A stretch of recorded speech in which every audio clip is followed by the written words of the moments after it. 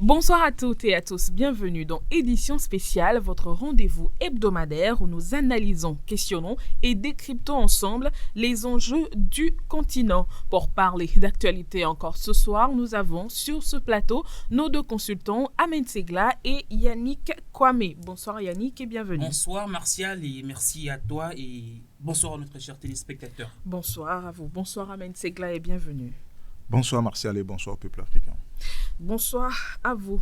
Aujourd'hui, nous abordons un dossier brûlant qui résonne au cœur de nos combats pour la souveraineté du continent. Il s'agit de la plainte déposée par l'homme d'affaires panafricaniste ivoiro-burkinabé Aruna Douamba auprès du tribunal de l'Union européenne contre les sanctions de l'Union européenne qu'il accuse à tort de collusion avec la Russie et d'activités déstabilisatrices. Suivons cet extrait. Déjà, il faut dire que c'est le 16 décembre 2024.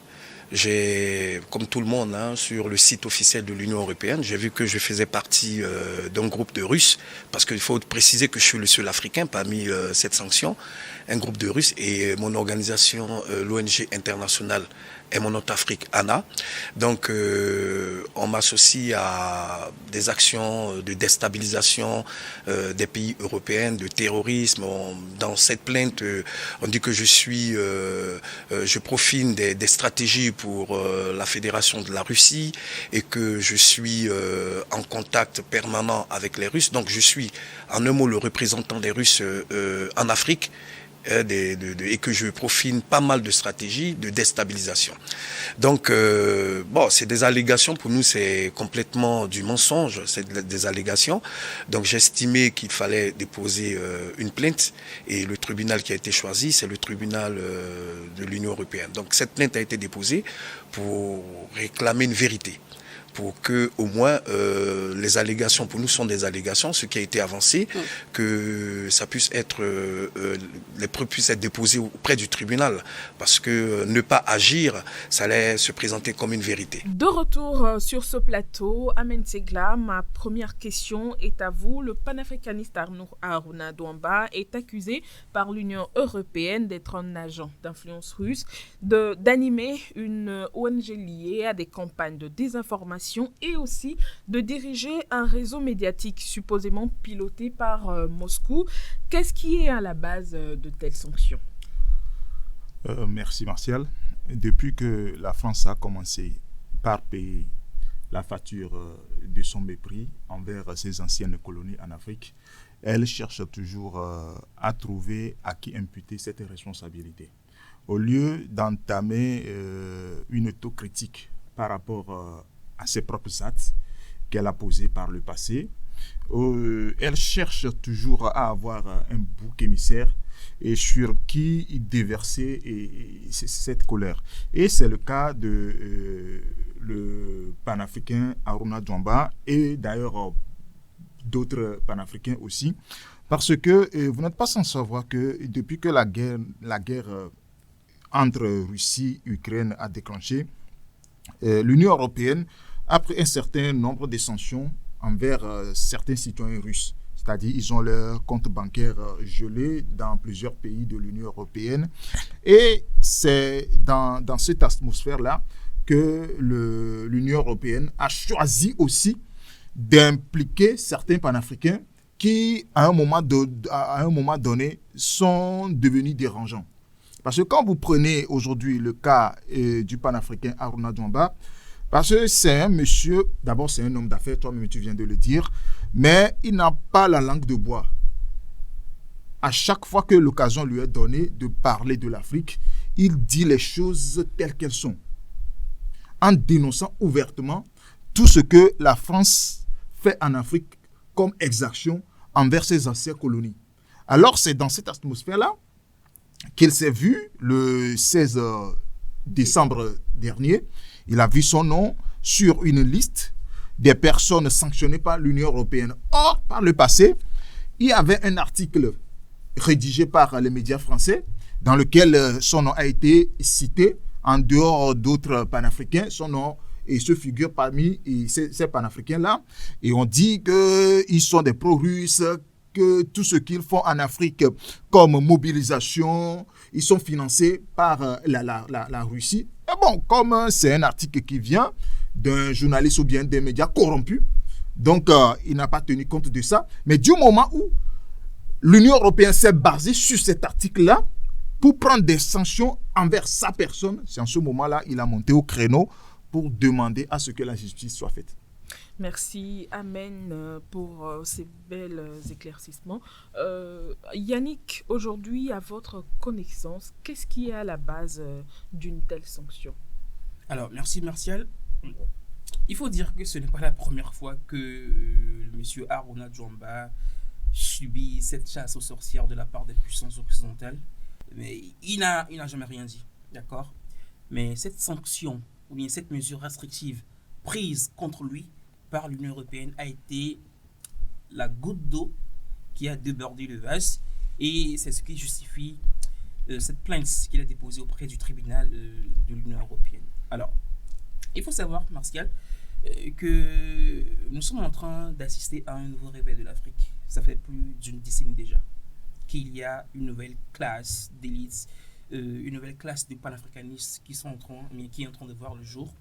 Et parmi cette nouvelle classe de panafricanistes figure Haruna Djwamba.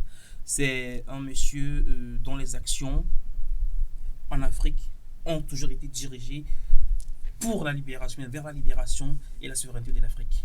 Et que ce soit dans la résolution des conflits post-électoraux au Gabon en 2016, ou encore dans la résolution du conflit en Centrafrique. Il a toujours répondu présent au travers de son ONG, ANA, Aimons notre Afrique, et également au travers de ses initiatives personnelles. Alors, ces panafricanistes, ce n'est pas seulement Haruna Djwamba, il y en a plein. Eh bien, ce nouveau réveil inquiète vraiment la France. Alors, il va falloir qu'elle réagisse, d'où la mission qu'elle s'est assignée, celle qui consiste à discréditer ces panafricanistes-là, à discréditer ou bien à faire taire ces nouvelles voix qui sont en train de résonner et qui sont en train de dénoncer la politique de l'État français en Afrique, cette politique qui n'a rien apporté à l'Afrique depuis près de 60 ans, mais au contraire, qui a dépossédé l'Afrique de ses richesses et de ses ressources. Alors, donc, la sanction prise par l'Union européenne contre Haruna Djwamba fait partie de cette stratégie, de cette nouvelle stratégie qui consiste à museler ces voix-là, à faire taire ces panafricanistes qui clament haut et fort le désir de la souveraineté et de la libération de l'Afrique. Alors aujourd'hui, selon lui, ces sanctions ne reposent sur aucun fondement concret, se basant seulement sur des articles, comme Amen l'a dit dans son intervention, des articles de presse sans enquête ni audition sérieuse. Pensez-vous que ces sanctions ressemblent telles aujourd'hui à une manœuvre politique qui vise à affaiblir les voix panafricaines qui dérangent les intérêts européens, comme vous l'avez dit? Alors, c'est vraiment cela qui inquiète encore plus et qui confirme le fait que les puissances occidentales, pour ne pas dire la France, l'État français, est en train de tout faire pour discréditer ce monsieur ou bien pour saper, porter atteinte à son honneur et à sa réputation, parce que tu ne peux pas prétendre accuser quelqu'un d'être un terroriste, puisque c'est ce qu'ils sont en train de faire, c'est ce qu'ils sont en train de dire. Son nom figure parmi la liste des terroristes. Et figurez-vous que c'est Haruna Djwamba, il a dit qu'il est le seul Africain à être présent parmi cette liste de Russes. Et ce n'est pas normal, parce que c'est une accusation assez grave qui a besoin des preuves palpables. Et il y a également il y a surtout des tests, en fait, des tests juridiques européens qui demandent cela. Quand vous voyez par exemple la position commune 2001/931/PESC et le règlement CE numéro 2580/2001, et bien ces tests offrent un cadre pour l'adoption des mesures restrictives contre le terrorisme. Alors si vous estimez que quelqu'un ou bien un groupe ou une entité constitue une menace terroriste contre l'Union européenne, eh bien voilà ces tests-là qui encadrent cela et qui établissent les critères par lesquels vous pouvez considérer telle action comme étant des actes terroristes, ou bien pour dire que ce groupe de personnes, ce qu'ils sont en train de faire, sont des activités liées au terrorisme. Mais jusque-là, il n'y a pas eu de détails en fait. Quand vous voyez sur le site de l'Union européenne, vous allez voir la sanction, mais vous n'allez voir aucun critère, vous n'allez voir aucune preuve. C'est seulement cet article dont je viens de faire mention, que Amen également vient d'évoquer, qu'ils prennent comme base sur laquelle cette sanction, bien cette accusation est établie. Donc, je crois que c'est déplorable, donc, puisqu'on ne peut pas considérer ces articles-là comme parole d'évangile. Ce ne sont même pas des articles qui ont une valeur journalistique digne de ce nom. On sait tous comment ça se passe. Ces médias, que ce soit français, que ce soit RFI, France 24, TV5 Monde, eh bien, ils collaborent avec une agence nommée Avisa Partners. Avisa Partners, c'est une agence d'influence qui recrute des rédacteurs et qui rédige de faux articles publiés sur de vrais sites. D'accord ? Ce sont des faux articles publiés sur de vrais médias. Donc, l'Union européenne ne peut pas prétendre baser son accusation sur ce prétendu article qui incrimine Haruna Djouamba. Et aussi, il faut préciser que, à part les tests que je viens de vous dire, la décision d'inscrire le nom de quelqu'un sur une liste de présumés terroristes, souvent, cette décision émane d'une autorité compétente d'un État membre de l'Union européenne. Alors, on peut supposer que c'est l'État membre en question, c'est la France, d'autant plus qu'on sait que l'État français a toujours eu des griefs contre les panafricanistes, dont Haruna Djouamba. Mais la moindre des choses, mais le minimum, eh bien, c'est d'apporter des preuves. Les tests obligent la personne qui veut inscrire quelqu'un sur une liste terroriste, mais d'apporter des preuves palpables, des preuves solides, des preuves qu'on peut vérifier. Et là, qu'est-ce que Haruna Djouamba a fait d'incriminant ? Rien. Ben, est-ce que le fait de mener des actions pour la libération et la souveraineté de l'Afrique, est-ce que c'est quelque chose qu'il faut qualifier d'acte terroriste ? Ben, qui nous éclaircissent en fait. Donc voilà. Merci beaucoup pour cette belle intervention. Amen Segla, la question est de savoir est-ce que ces sanctions servent aujourd'hui comme manœuvre pour affaiblir les voix panafricaines qui dérangent? Oui, ça a été toujours le cas parce que la France elle-même s'est assignée cette émission de museler et toutes les voix qui dénoncent sa politique en Afrique. Du moment où elle seule n'arrive pas, et elle voulait associer l'Union européenne à cette lutte parce que aujourd'hui, quand vous prenez prenons le continent africain, vous allez remarquer que tout ce qui concerne l'octroi du visa dans l'espace Schengen est attribué à l'ambassade de France. C'est-à-dire quand tu veux même aller dans un pays de l'espace Union européenne, quand tu voulais prendre, pour résumer tout, quand tu veux prendre un visa Schengen, tu es obligé d'aller à l'ambassade de la France. Tu vois, non? Pourquoi l'Union européenne se résume dans les anciennes colonies françaises, c'est-à-dire il se résume au diktat de la France? C'est là où doit commencer la question. C'est par là la France arrive à manipuler l'Union européenne parce que toi, quand tu n'as pas en odeur de sainteté avec la France et que tu pars pour chercher ton visa Schengen, la France te manipule là-bas. Or, tu ne vas pas forcément en France. L'espace Schengen est réservé pour l'Union européenne. Mais quand tu veux prendre des visas, tu es obligé d'aller dans la plupart de nos pays, tu es obligé d'aller à l'ambassade de France. Et c'est par là, quand toi tu es sur leur liste noire, mais on t'écarte. C'est comme ça la France arrive à manipuler tout le monde. C'est la même chose au niveau des conseils de l'ONU. C'est-à-dire tout ce que la France dit là-bas, et puis qu'on parle d'évangile, et puis on sanctionne qui on veut, sans même un début d'enquête. C'est ce qui est paradoxal dans cette affaire. Mais aujourd'hui, je ne sais pas si c'est heureusement ou bien malheureusement pour eux, aujourd'hui, ils sont tombés sur un gros morceau, c'est-à-dire cet article peut s'arrêter au niveau des médias, que ça ne fera pas écho. Mais du moment où l'Union européenne s'est basée sur ça pour prendre une sanction, parce qu'une entité comme l'Union européenne ne peut pas sanctionner quelqu'un juste à base d'un article écrit par un journaliste affamé. Non, ça ne peut jamais se faire.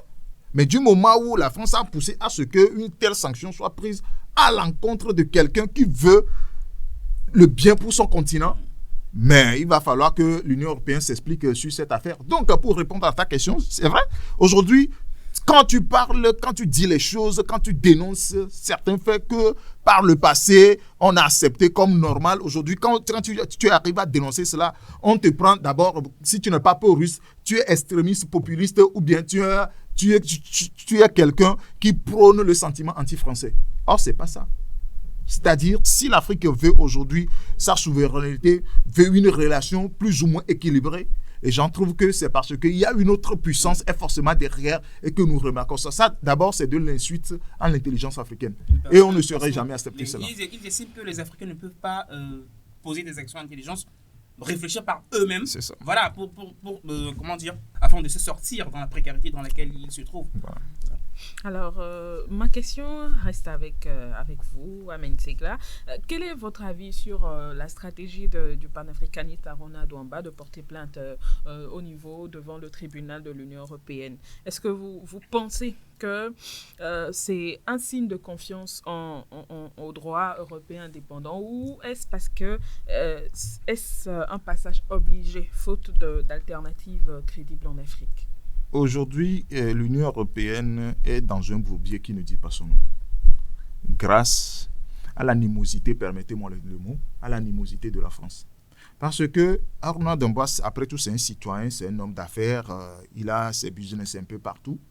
Mais aujourd'hui, avoir son nom sur la liste des personnes sanctionnées par l'Union européenne peut porter en tête d'abord à son honneur et aussi à ses affaires. Alors, il va falloir que l'Union européenne arrive à donner les explications pour lesquelles, il a pris ces sanctions-là. Parce que, avant même que vous ne sanctionnez quelqu'un, vous devez l'interpeller pour avoir son avis. Vous ne pouvez pas vous baser sur un article sur le net pour pouvoir prendre ces sanctions-là. Alors, pour répondre à ta question, je dis que l'Union européenne, d'abord, a intérêt à ce que le droit soit dit dans cette affaire. Ça, c'est un. D'abord, s'il donne raison à Arona Douamba qui sort dans l'erreur, et ça va remettre d'une manière ou d'une autre en cause sa réputation. Parce que tous ceux qui sont sanctionnés par le passé vont ressurgir pour rentrer dans leurs droits. Mais demander des comptes. Voilà.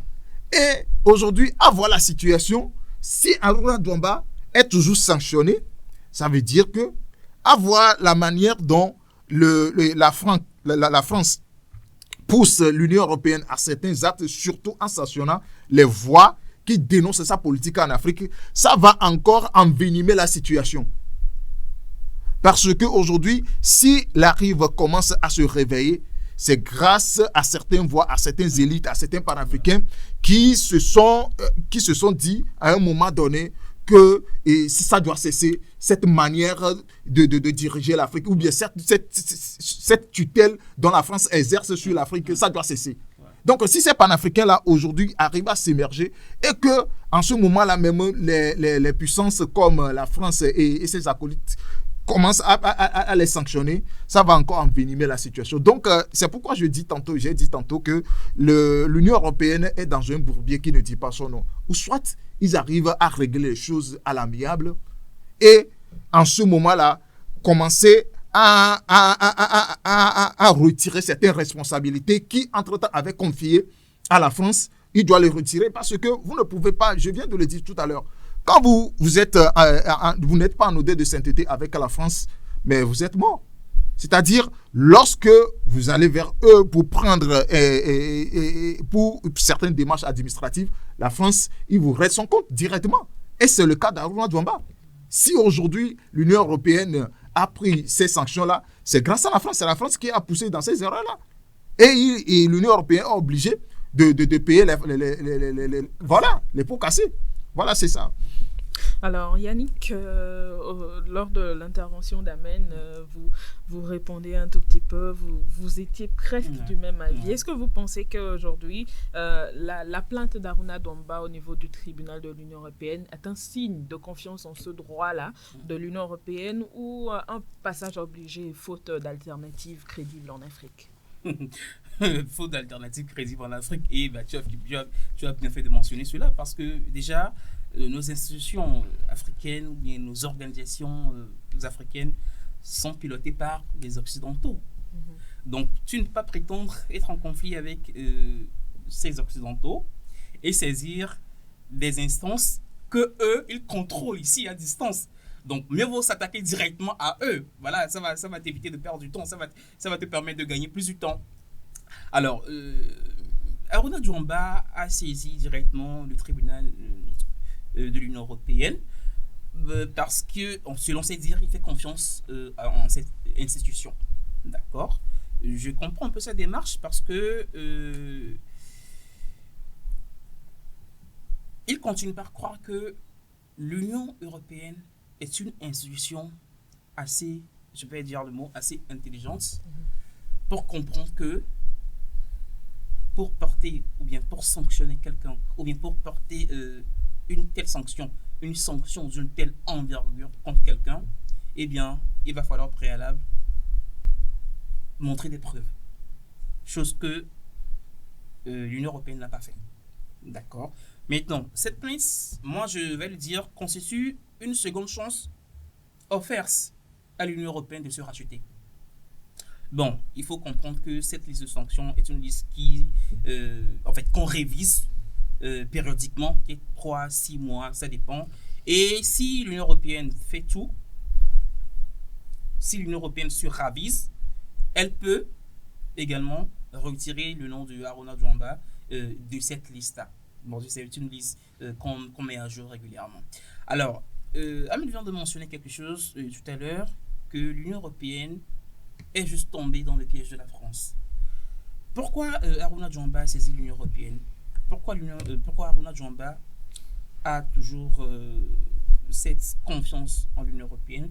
Parce qu'il sait que parmi tous ces pays européens, du moins ceux présents dans l'espace de l'Union européenne, c'est seule la France qui a toujours fait preuve de gourmandise et d'avidité géopolitique.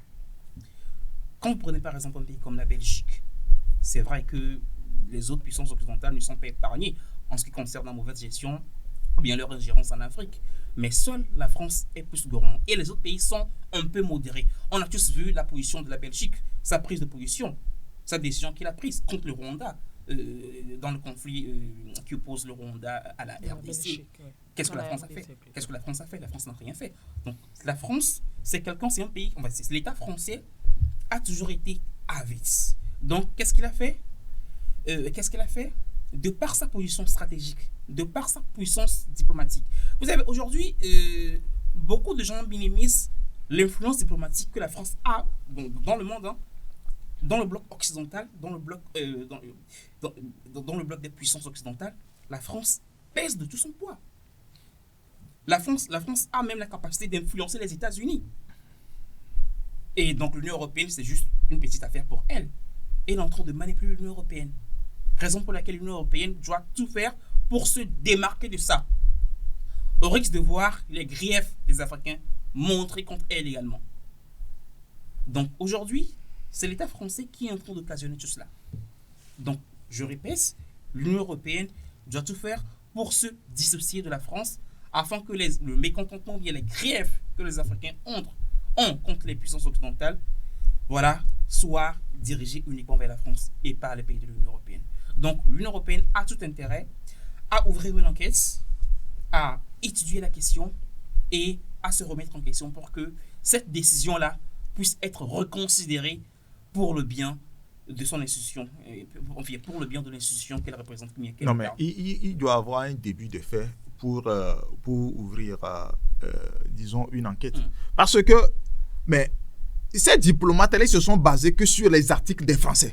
Oui, c'est juste un manque de volonté. Voilà. Donc, aujourd'hui, le problème est qu'ils vont demander à ces journalistes-là d'apporter les preuves.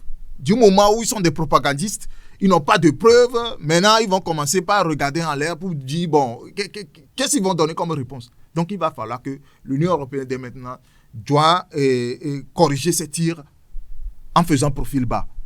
C'est-à-dire en rentrant dans la négociation C'est vrai, parce que le panafricain Aruna Djwamba ne s'est pas déplacé lui-même pour porter plainte. Il a ses avocats dans ces pays-là. Donc, ils vont déjà contacter ses avocats pour voir comment ils peuvent régler la situation-là pour que demain, ces situations-là ne se reproduisent plus. Et surtout, de se départir ou bien de retirer un certain nombre de responsabilités à la France. Parce que l'Union européenne a donné beaucoup trop de marge à la France d'exercer en son nom. Et finalement, elle se permet de n'importe quoi envers les pays africains. De toute façon, ça ne sera pas de sitôt. Parce que tu vois, mais tu viens de donner l'exemple. Si tu veux avoir un visa Schengen dans l'espace Schengen, tu es obligé de passer par l'ambassade de la France. Voilà. Donc, ce qui confirme l'influence. Influence que la France a. C'est vraiment compliqué, mais l'Union européenne doit tout faire parce que c'est une institution. Oui, une institution ne peut pas se permettre. Parce que l'Union européenne ne se résume pas à la France quand même. Voilà. Il y a également de très grandes puissances à part la France. L'Allemagne, c'est également une puissance qui n'a rien à envier à la France d'ailleurs. Alors, dans ce cas de figure où la France a tellement d'influence sur l'Union européenne au point de l'influencer à prendre des sanctions sans vraiment faire des auditions concrètes, comment peut-on protéger aujourd'hui les panafricains et acteurs africains contre ces types de stigmatisation injuste à l'international? Mais surtout, quelles leçons en tirer pour renforcer la résilience de nos réseaux panafricains? Alors, Martial, il y a de cela 10, 20, 30 ans, l'action que Aruna Djwamba vient de poser, aucun Africain ne peut le faire. Non, en fait, aucun Africain ne pouvait le faire. Porter plainte contre une institution de la trempe de l'Union européenne, eh bien, il fallait être quelqu'un avant de le faire. Mais aujourd'hui, nous avons des panafricanistes, des Africains qui le font, à l'instar de Aruna Djwamba.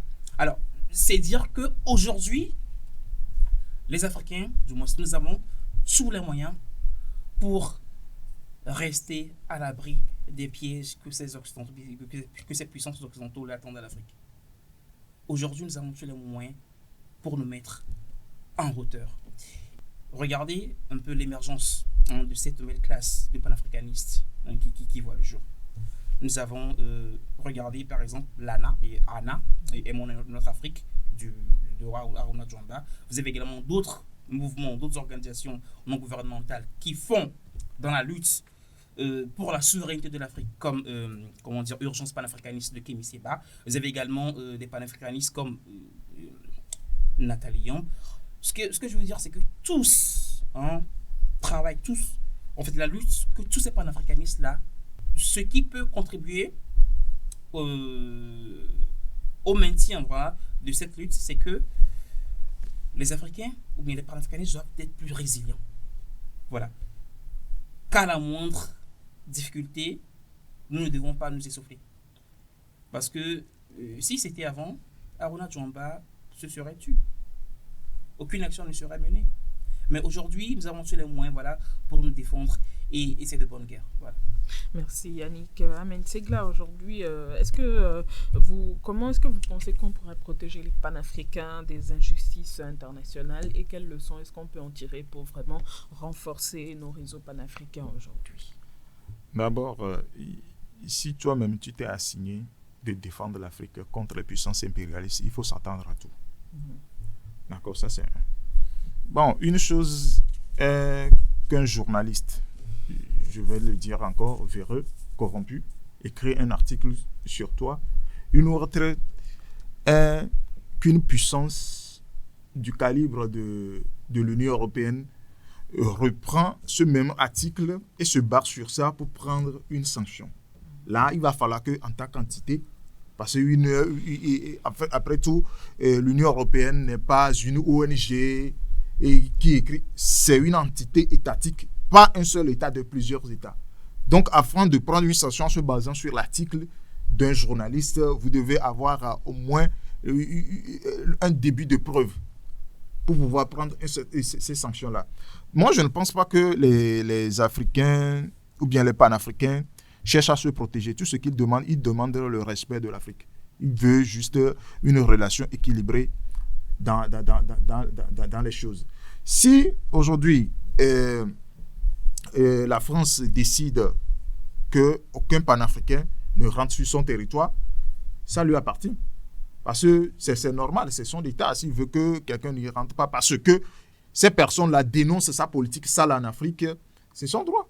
Maintenant, il revient à nos États aussi de prendre les décisions, mais influencer une entité comme l'Union européenne à prendre la même décision, voire au-delà, il va falloir que l'entité en question s'explique. C'est tout ce que le panafricain Aruna Djomba demande. Il va falloir qu'on lui donne des explications et pour laquelle son nom se figure parmi les Russes. Parce qu'il a dit dans son interview, pour ceux qui ont eu la chance d'écouter cela, il ne connaît qu'un Russe, il n'a jamais été en Russie, il n'est pas en collaboration, ni en partenariat, ni en affaires avec aucun Russe.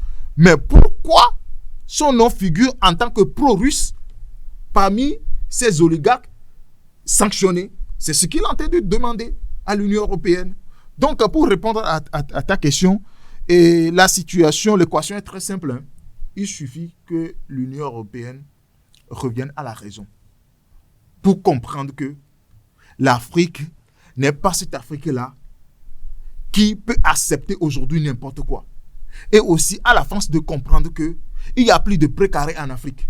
Tout ce qu'elle considère avant comme ses anciennes colonies où il y a droit de vie ou droit de mort sur tout, mais c'est révolu. Il n'y a plus ça. Il va falloir que la France commence à intégrer ça dans sa politique. Et vous allez voir que les choses iront bien. Parce que personne ne déteste la France en tant que pays, mais on déteste la politique que la France mène en Afrique. Il n'y a pas de sentiment anti-français en Afrique, mais on déteste la politique française en Afrique. C'est ça. C'est ce qui est difficile à certains de comprendre. Et même pas seulement pour ces autorités françaises, même pour certains de nos dirigeants. Parce que vous allez voir, lorsque les panafricains se lèvent pour dire un certain nombre de choses, vous allez voir certains Africains même prendre la défense de la France pour dire non, après tout, il vous a sauvé dans beaucoup de situations. Ce que si vous êtes là où vous êtes maintenant, c'est grâce à la France. Je pense qu'en Afrique, bon, je ne vais pas employer le mot. En fait, le principal travail le plus dur revient à nous-mêmes parce qu'on ne peut pas compter sur la France qu'elle va s'aviser, qu'elle va se raviser. Le destin de la France est lié au nôtre. La France, mais l'État français a besoin, l'État français a foncièrement besoin des Africains, du continent africain pour se développer. Donc, elle ne va jamais se ressaisir dans sa manière, ou bien dans son influence, ou bien dans son ingérence en Afrique. Elle va toujours chercher à piller nos continents. Donc, c'est à nous de tout faire pour que ça ne se produise pas. Voilà. Alors, nous sommes presque à la fin de notre émission, mais j'ai quand même une dernière question. Comment voyez-vous l'avenir de cette dynamique où des acteurs africains se lèvent pour la souveraineté de l'Afrique et qui portent carrément plainte contre l'Union européenne pour rétablir la vérité sur l'Afrique? Et comme je viens de le dire tout à l'heure, la France, elle va toujours rester sur sa position qui est de s'ingérer en Afrique, de venir ici piller nos ressources. La France, mais l'État français ne va jamais se raviser. Donc c'est à nous de tout faire pour que leur position ne nous impacte pas. C'est à nous de tout faire pour que l'influence occidentale, notamment française en Afrique, puisse être réduite considérablement. Si l'État français veut aujourd'hui collaborer avec les Africains, eh bien, que cette collaboration se fasse dans les normes et en tout respect.